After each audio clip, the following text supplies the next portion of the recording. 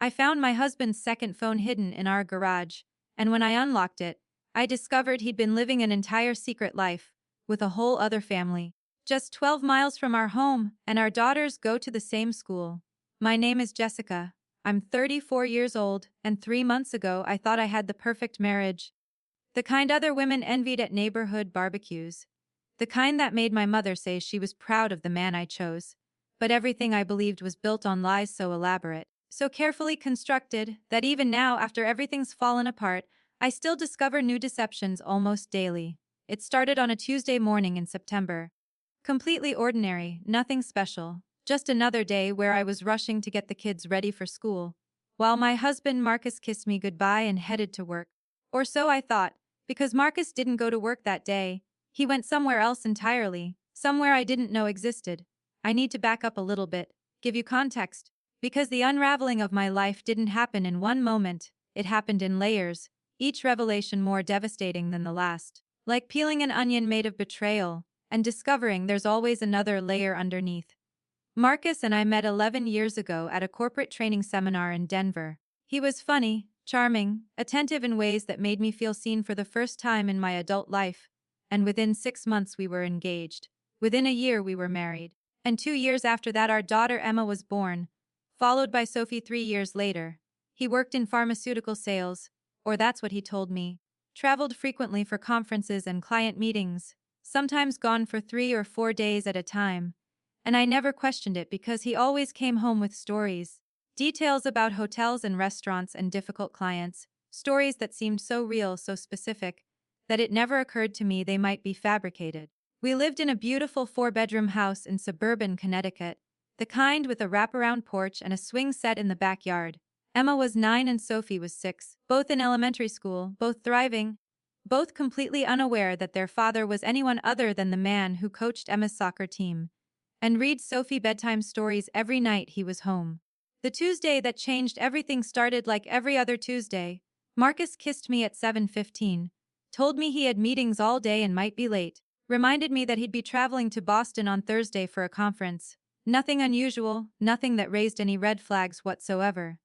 I took the girls to school, came home, worked on my freelance graphic design projects, did laundry, planned dinner, lived my normal life, completely oblivious to the fact that 12 miles away, in a town called Fairfield, Marcus was dropping off 2 other children at their school, children I didn't know existed, children who called him daddy.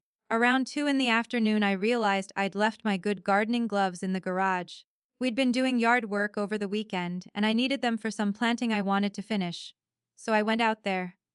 Started looking around, and that's when I saw it, tucked behind some old paint cans on a high shelf, a black canvas bag I'd never seen before. I'm not typically a suspicious person, I trusted Marcus completely.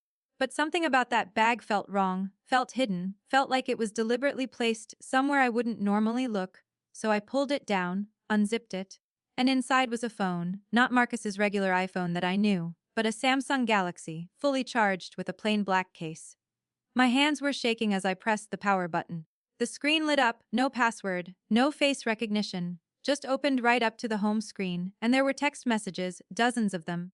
And the preview I could see without even opening the app made my stomach drop, made the garage start spinning around me. The most recent text was from someone named Rachel, sent just an hour earlier, and it said, "Don't forget Lily has dance at 4:30 today. Can you pick her up or should I?" And I stared at those words, read them 5 times, trying to make them make sense in the context of my husband, my life, our family. I opened the messaging app with fingers that didn't feel like my own, scrolled through conversations that detailed an entire life I knew nothing about, plans for weekend activities, discussions about parent-teacher conferences, reminders about soccer practice and dentist appointments, an entire family schedule that ran parallel to ours. There were photos in the phone, hundreds of them. Marcus with a woman I'd never seen, attractive, blonde, probably in her early 30s, and 2 children, a girl who looked about 8 and a boy who looked about 5. And they were at parks, at beaches, at birthday parties, living a complete life, a real life, a life that existed simultaneously with the one I thought we had. I sat down on the concrete garage floor, still holding that phone, still scrolling through messages and photos, trying to process what I was seeing, trying to make sense of something that fundamentally made no sense. Because how do you maintain 2 complete families, 2 complete lives, without anyone finding out. The messages went back years, at least 5 years based on what I could see, which meant this wasn't some recent affair, some midlife crisis mistake. This was deliberate, planned, sustained deception on a scale I couldn't comprehend.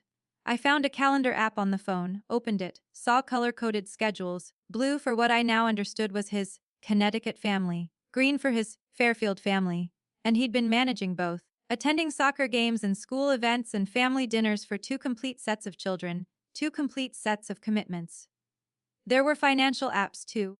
A completely separate bank account I'd never known about, credit cards in his name that I'd never seen statements for. And the amounts were staggering. He was essentially supporting 2 households, 2 families, on an income I thought was just supporting us. I don't know how long I sat there, could have been 20 minutes, could have been an hour, time felt completely distorted, but eventually I heard my phone ringing inside the house. Had to pull myself together enough to go answer it. And it was the school. Sophie wasn't feeling well. Could I come pick her up? I drove to the school on autopilot, picked up my daughter who had a stomach ache, brought her home, made her comfortable on the couch, put on a movie, all while that secret phone felt like it was burning a hole in my pocket. Because I'd brought it inside, couldn't leave it in the garage, needed to keep it close, needed to understand more. Once Sophie was settled, I went upstairs to our bedroom, locked the door, and spent the next 2 hours going through every single thing on that phone, messages, photos, emails, calendar entries, notes, everything. Building a picture of my husband's second life, a life so complete, so detailed, that it rivaled our own. Rachel Winters, that was her name. She worked as a nurse at Fairfield Medical Center. They'd apparently met 7 years ago, when Marcus was doing pharmaceutical sales calls at the hospital. And according to the messages, he told her he was divorced, that he had primary custody of 2 children from a previous marriage, that his ex-wife lived across the country and wasn't involved. The children were Lily, 8 years old, and Connor, 5 years old. And based on the photos and messages, they had no idea their father had another family. They thought Marcus was theirs alone, just like Emma and Sophie thought he was theirs alone. I found messages where Marcus coordinated his travel schedule, telling Rachel he had to visit his kids in Connecticut for a few days, telling me he had business conferences or client meetings, playing both families against each other to maintain his double life. There were loving messages between Marcus and Rachel, romantic texts, photos of them together, anniversary celebrations. I discovered they'd gotten married 3 years ago, which meant Marcus was a bigamist, married to both of us simultaneously, which wasn't just morally wrong, it was actually illegal. I found their marriage certificate in the phone's photo gallery. Marcus Henderson and Rachel Winters, married in a small ceremony in Vermont, witnessed by Rachel's sister and a friend, and I wondered if those witnesses knew about me, knew about Emma and Sophie, or if they'd been deceived too. The level of organization required to maintain this deception was honestly impressive in a horrible way. He had systems, routines, explanations for everything. He'd essentially created 2 complete identities, 2 complete lives, and maintained them both for years without either family suspecting anything. I started going through our bank statements, our credit card bills, looking for clues I'd missed, and once I knew what to look for, they were everywhere. Charges in Fairfield at restaurants and stores, transactions that didn't quite add up, cash withdrawals that seemed excessive, all the financial red flags I'd ignored because I trusted him completely. His income suddenly made more sense too. He made good money, really good money. But we always seemed to be just comfortable, never wealthy, never with much savings. And now I understood why. He was supporting 2 mortgages, 2 sets of children, 2 complete households. I found a folder in the phone labeled Important Documents, and inside were birth certificates for Lily and Connor, listing Marcus as the father, insurance cards, social security cards, all the official paperwork of a legitimate family, because that's what they were. They were a legitimate family, just like we were. Both real, both valid, both completely unaware of the other. When Marcus came home that evening around 6:30, I was in the kitchen making dinner. The secret phone hidden in my pocket. Sophie feeling better and playing with Emma in the living room. And I watched him, really watched him, looking for signs of the deception. The stress, the guilt, but there was nothing. He was just Marcus. Same as always, smiling, asking about my day, kissing my forehead. I didn't confront him that night. I don't fully know why. Maybe I was in shock. Maybe I needed more time to process. Maybe I wanted to gather more evidence. But I played along. We ate dinner as a family. He helped with homework, we watched TV together. And the whole time I was screaming inside, wanting to throw that phone at him and demand answers. He left for his Boston conference on Thursday morning as planned, kissed me goodbye, told me he'd be back Saturday afternoon. And I absolutely knew, that he wasn't going to Boston, he was going to Fairfield, to Rachel, to Lily and Connor, to his other life. As soon as his car pulled out of the driveway, I called my sister Karen. Told her I needed her to watch the girls for a few hours. Told her it was important but didn't explain why. And she heard something in my voice because she didn't ask questions, just said she'd be there in 30 minutes. I drove to Fairfield with that secret phone, used the GPS history to find the address of the house where Marcus lived with Rachel and the kids. And when I pulled up to the address, my heart actually stopped, because it was beautiful, a colonial-style home with a 2-car garage and professional landscaping. The kind of house that showed he'd invested in that life, that family, just as much as ours. I sat in my car across the street for over an hour watching, and eventually I saw her, Rachel, coming out the front door with a little girl who had to be Lily. And they got in a Honda SUV and drove away, probably heading to that dance class mentioned in the text messages. I wanted to knock on the door, confront her, tell her everything. But what would I say? How do you even begin that conversation? So instead I took photos, documented the house, the address, the car in the driveway, building evidence, though for what I wasn't entirely sure yet. Over the next few days I became obsessed. Went through years of Marcus's carefully constructed lies. Found more evidence, more proof. Discovered he'd been using a P.O. box for mail related to his Fairfield life. Found out he'd told Rachel's family that his parents were dead when in reality they lived in Florida, and we visited them twice a year. I hired a private investigator, a woman named Teresa who came highly recommended, and I gave her everything I'd found, asked her to fill in the blanks, to find out exactly how deep this deception went. And what she discovered was even worse than I'd imagined. Marcus had multiple credit cards I didn't know about, a second car registered in his name that he kept at Rachel's house, a whole financial infrastructure supporting this double life, and Teresa estimated he'd spent close to $2 million over the past 5 years maintaining both families.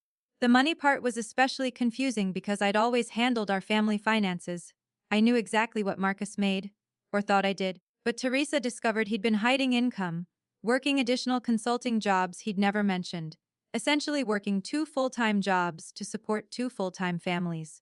She also found out that Lily and Connor went to Fairfield Elementary School, the same school district as Emma and Sophie's school, just a different building, which meant there was always a risk of the families accidentally encountering each other. A risk Marcus had been managing for years. I spent a week gathering evidence, building a case, trying to decide what to do. Divorce was obvious, but there were so many complications. The bigamy meant our marriage might not even be legally valid. The financial deception meant I needed to protect myself and the girls, and I had no idea how to even begin untangling this mess. I finally confronted him on a Sunday night. The girls were asleep, we were in the living room, and I just pulled out the phone, set it on the coffee table between us, and said, "What is this?" The color drained from his face. Complete recognition, complete panic, and for maybe 5 seconds he tried to claim he didn't know what I was talking about. But I just stared at him and waited. And then he collapsed, literally collapsed onto the floor, started crying, saying he was sorry, that he never meant for this to happen. All the clichés of someone caught in a massive deception. I didn't cry, didn't yell, I just asked questions in a calm voice that didn't sound like mine. How long? Why? Does she know about us? Do the kids know? Are there others I don't know about? Question after question while he sobbed and tried to answer. He claimed it started as just an affair, that he'd met Rachel and felt a connection, that he'd told her he was divorced because he didn't want to lose her, that when she got pregnant with Lily he panicked but couldn't bring himself to end either relationship, so he'd just decided to maintain both.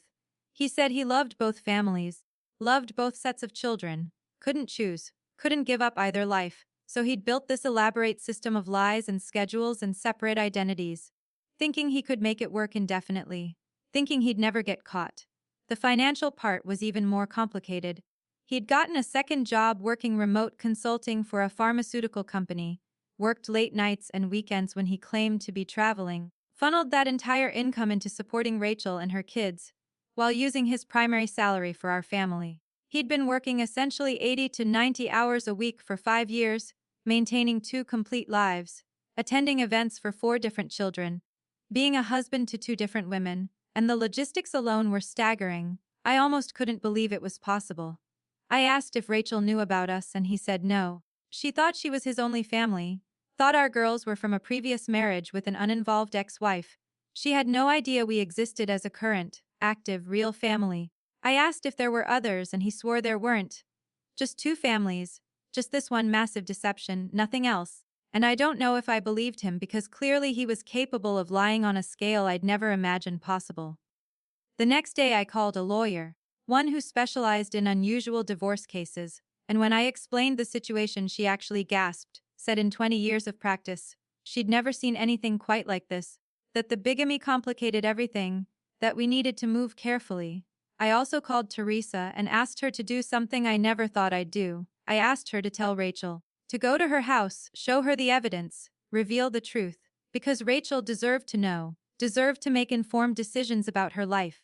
Even though I knew it would destroy her world just like mine had been destroyed. Teresa went to Rachel's house on a Wednesday afternoon. I'd confirmed Marcus was at our house that day, so I knew he wouldn't be there, and she sat down with Rachel and showed her everything, photos of our family, our marriage certificate, evidence that Marcus had been lying to her for their entire relationship.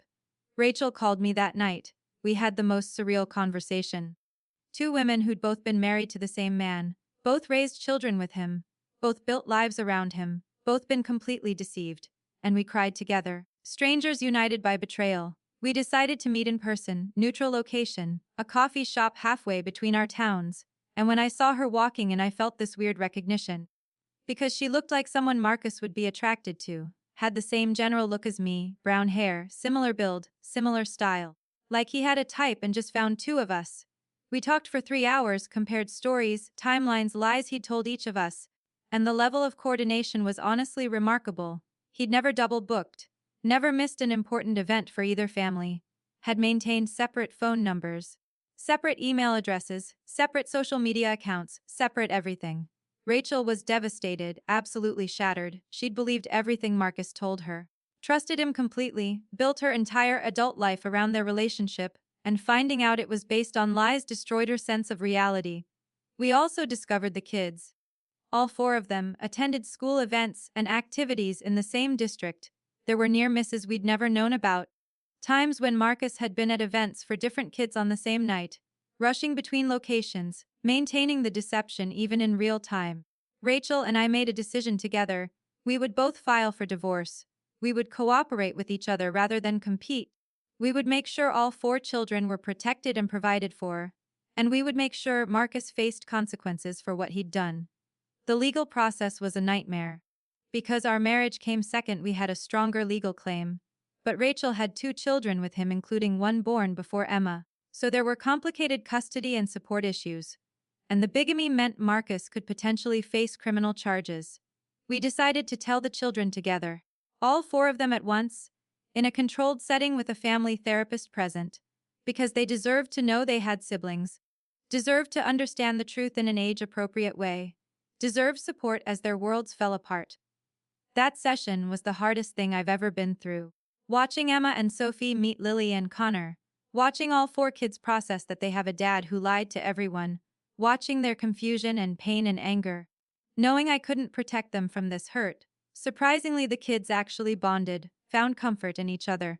Started asking if they could spend time together. And Rachel and I decided to facilitate that, to let them build sibling relationships despite the horrible circumstances that revealed those relationships existed. Marcus moved out of both houses, got an apartment, had supervised visitation with all 4 children, and started therapy. Though honestly, I don't know if therapy can fix someone who maintained such an elaborate deception for so many years.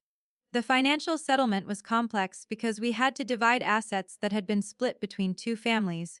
Rachel and I actually worked together with our lawyers to make sure both families were protected, that all 4 kids would be provided for, that Marcus couldn't hide money or assets anymore. We discovered more things as we dug deeper. He'd taken out loans we didn't know about, had secret credit cards, had even bought life insurance policies for both families, keeping everything completely separate and compartmentalized. The community reaction was intense. Once word got out, people were shocked, fascinated, judgmental, supportive. The whole range of responses, and both Rachel and I had to deal with being seen as victims. As women who'd been duped, even though we'd done nothing wrong. Marcus's family was devastated. His parents couldn't believe their son had done this. His sister stopped speaking to him entirely, and he lost most of his friends, people who couldn't reconcile the Marcus they knew with someone capable of such sustained deception. His career suffered too. Word got around in his industry. People questioned his judgment and integrity, and he ended up having to take a lower-paying job at a different company, which actually complicated the child support situation because now he had less income to support 4 children. I started therapy, both individual and with the girls, processing the betrayal, the lies, the complete upheaval of everything I'd believed about my life, and my therapist said this was a unique form of trauma. Discovering your entire reality was false. Rachel and I became unlikely friends bonded by shared experience, and we created a co-parenting arrangement for all 4 kids that actually worked better than many traditional divorced families manage, because we were united in protecting the children. Emma struggled the most of all the kids. She was old enough to really understand the betrayal, old enough to feel angry at Marcus for lying, angry at me for not knowing, angry at the whole situation, and she needed intensive therapy to process her feelings. Sophie actually seemed to enjoy having siblings. She'd always wanted a brother and now she had one, plus another sister, and her resilience was remarkable. Though I watched carefully for signs that she was just suppressing her pain. Lily was quiet and withdrawn. Rachel said she'd stopped talking much at home, stopped sleeping well, started having nightmares. The revelation had hit her hard, and she was struggling to cope with her dad, being someone completely different than she'd thought. Connor was young enough that he didn't fully understand. He knew something big had happened, and that his family was different now, but he didn't grasp the full scope of his father's deception, which was probably a blessing. The divorce proceedings took months, complicated by the bigamy, the hidden assets, the multiple families, and the fact that Marcus fought certain aspects even though he'd been completely caught, still trying to control the narrative somehow. I had to completely rebuild my sense of identity, figure out who I was outside of a marriage that had never been what I thought it was, learn to trust my own judgment again after being so thoroughly deceived. Rachel went through something similar. She'd been with Marcus longer than I had built more of her adult life around him, and watching her process the betrayal was like watching myself in a mirror. Same pain, same questions, same slow rebuilding. We discovered Marcus had kept journals, detailed accounts of managing both lives, and reading them was surreal. He'd written about the stress, the close calls, the logistics, but also about loving both families, genuinely caring for everyone, which somehow made it worse because it wasn't just cold manipulation, it was complicated and messy and painful. 6 months after everything fell apart, the divorces were finalized, custody arrangements established, financial settlements reached, and both families were trying to move forward. Forever changed by Marcus's choices. I sold our house, couldn't stay in a place with so many memories of a life that had been a lie, and moved to a smaller place closer to my sister. Needed the support system, needed a fresh start. Rachel kept her house, had deeper roots in her community, but repainted, redecorated, removed traces of Marcus, creating a space that was hers and her children's, not connected to the man who'd betrayed them. The kids see Marcus according to the custody schedule. He has them on alternating weekends, some weekday dinners, and he's trying to rebuild relationships with all 4 children, though trust is hard to repair once broken so completely. Emma is still angry, refuses to talk to Marcus beyond basic necessary communication, and I don't push her. She needs to process this betrayal in her own time, at her own pace. Sophie is more forgiving, still loves her dad despite what he did, and while part of me worries she's too forgiving, I also respect her capacity for grace. Rachel's kids have their own reactions. Lily is slowly warming back up to Marcus, but still struggles with the deception. Connor seems relatively unaffected, but he's young and the full impact might hit him later. I started dating again about 8 months after the separation, which felt terrifying, trusting someone new after being so thoroughly deceived, but I'm trying to be open to the possibility of a healthy relationship, trying not to let Marcus's betrayal define my entire view of relationships. Rachel isn't ready to date yet, says she needs more time to heal, to rebuild her sense of self, and I respect that everyone's timeline is different. The 4 kids have sleepovers sometimes, alternate between my house and Rachel's, and watching them together is bittersweet. They're building real sibling bonds from something so broken, finding connection in trauma. Looking back, I see red flags I missed. Times when Marcus's stories didn't quite add up, moments when his behavior was slightly off. But I also know I can't blame myself for trusting my husband, for believing the man I married was who he claimed to be. Rachel says similar things. She's identified moments that seem suspicious in hindsight, but were easy to explain away at the time. Because when you love someone and trust them, you don't assume they're maintaining an entire secret family. We both wonder if there are other women, other families we still don't know about, because if Marcus was capable of maintaining two families for years, who's to say there aren't three or four? But investigations haven't found any evidence of others, and at some point you have to stop looking. The financial recovery has been slow. Marcus had drained resources supporting two families. Both Rachel and I are rebuilding savings, working on financial stability, learning to manage money independently.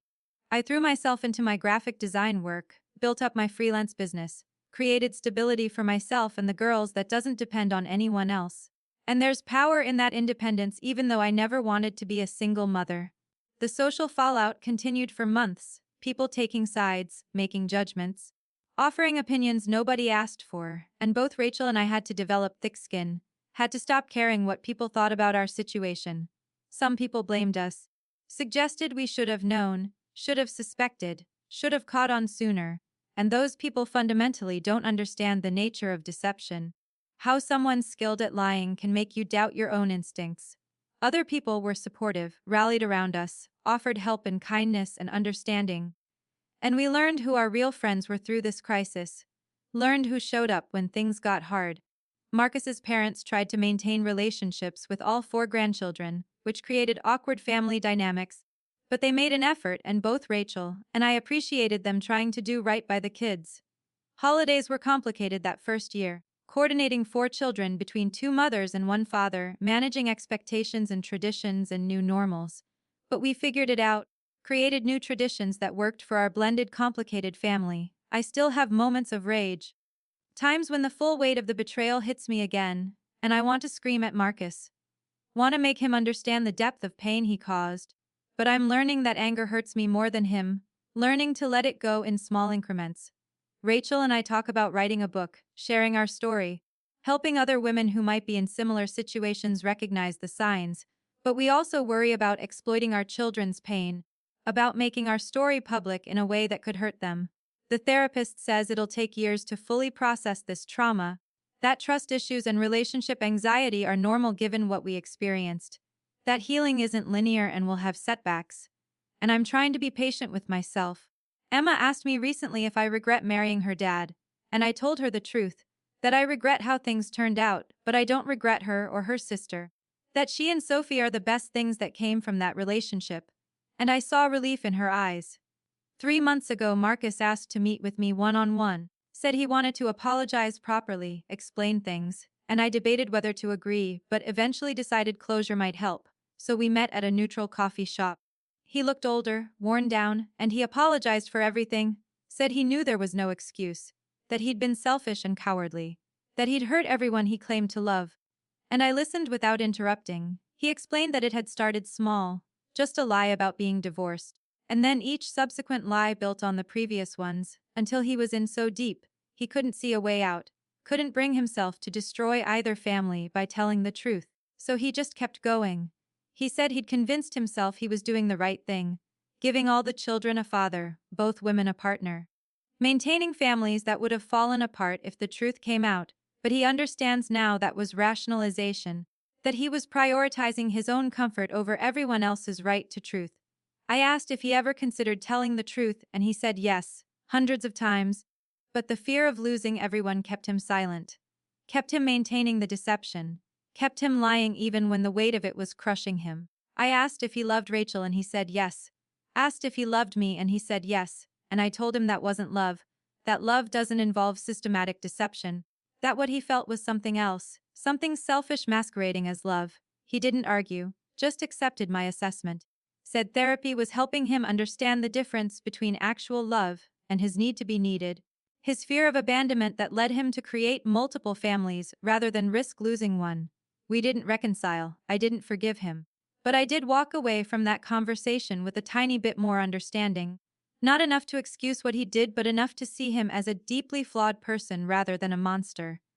Rachel met with him separately around the same time, had a similar conversation, came away with similar feelings, and we both agreed that while understanding might help us heal, it didn't change what he'd done or the consequences he needed to face. Now, a year after discovery, both families are finding new rhythms, new normals, new ways of being in the world that don't involve Marcus at the center of everything.